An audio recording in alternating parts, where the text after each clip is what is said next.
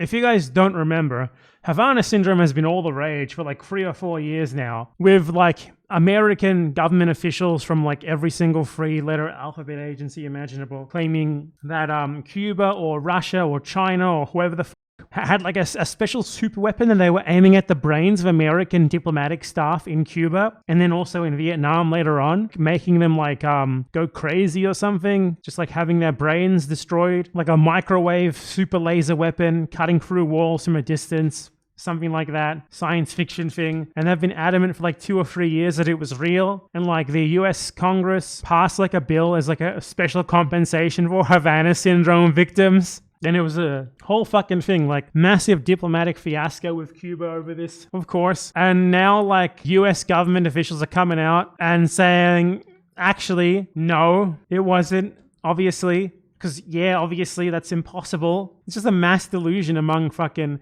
CIA spooks in other countries. That's all it was, obviously. But, like, more broadly here, like, obviously Havana syndrome is a fucking joke and all of this. But more broadly, apart from this, if the sole source of something is the US government telling you what to think about something, or even, like, being the only source of an event even happening, and you believe it, you're an absolute, incredible, uncritical, naive little rube. They do this shit all the time. Trust us. We say that China's balloon is 100% a spy balloon, a highly advanced spy balloon, even though they have satellites. You know, it's possible that it's a spy balloon, but if you believe it just because the American government is telling you, you're a rube. But the thing that the media likes to do is that the Western, mainstream media, they report on things that the US government says as if it's a reliable source, as if you can just sort of take them at their word. While at the same time, for like the designated enemy countries, treating what they say like it's a joke. You gotta be extra careful because often like mainstream media outlets will print a headline based on nothing but like a US government agency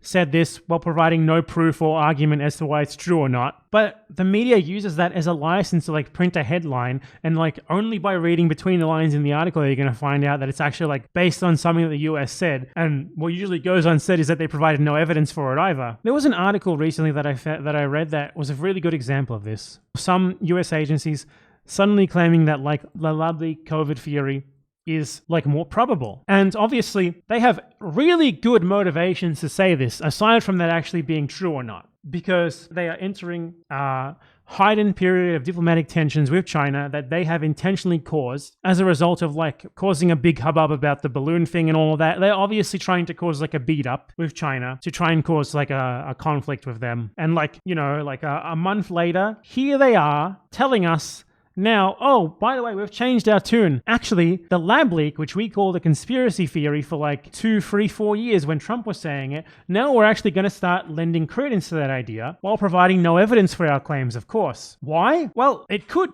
possibly be, I guess, because they have encountered evidence to believe it. But the thing is, if that's the case, they haven't presented it to us, so how can we assess it and decide for ourselves? All they're saying is, we believe X. Okay, that's less than nothing. You're the world's premier aggressive, like, imperialist empire that's in constant conflict with, like, 100 other countries in the world, especially China above all else. So, obviously, we can't just take what you say about China, as if it's true. So, I sure hope people don't just believe this shit, but I wanted to present, like, the difference of how it's presented in the media. So China, they have like their own version of the lab leak, where they say that in response to Trump saying that it leaked from a lab in China, they say that the coronavirus was made and leaked from Fort Detrick in Frederick, Maryland in the USA. And the BBC presents this as an unsubstantiated conspiracy theory long pushed by Chinese propagandists. That is amazing, right? Like they just come out and say, it's an unsubstantiated conspiracy theory pushed by Chinese propagandists. Okay, and when the US says, suddenly at a period of heightened diplomatic tensions with China, when the three-letter agencies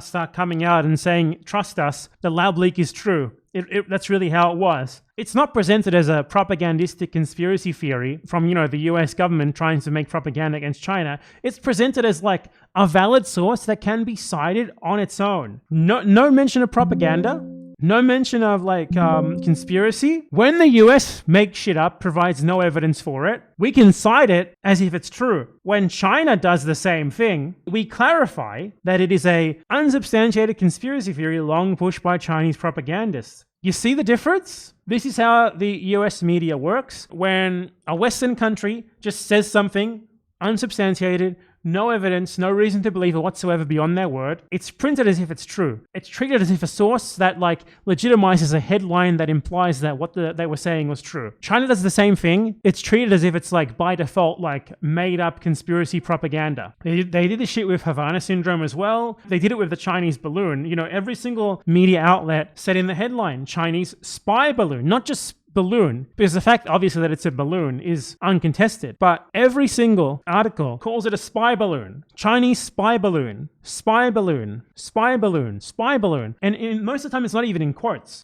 China says it was a weather balloon, the US says it was a spy balloon, until the actual balloon is recovered and examined by someone who is not just an American propagandist. The true nature of the balloon is unknown. But the media nonetheless calls it a spy balloon because the US government calls it that. They don't need any other evidence. They're happy to call it a spy balloon just because the government says so. And that is the level of the propaganda cycle. Noam Chomsky talked about this, how the government says something, and then, provided it's about a foreign adversary or something, it's reported on by the mainstream Western media as if it's true. And this is a very substantial part of how manufacturing consent for American imperialism works. So yeah, keep it in mind, my friends.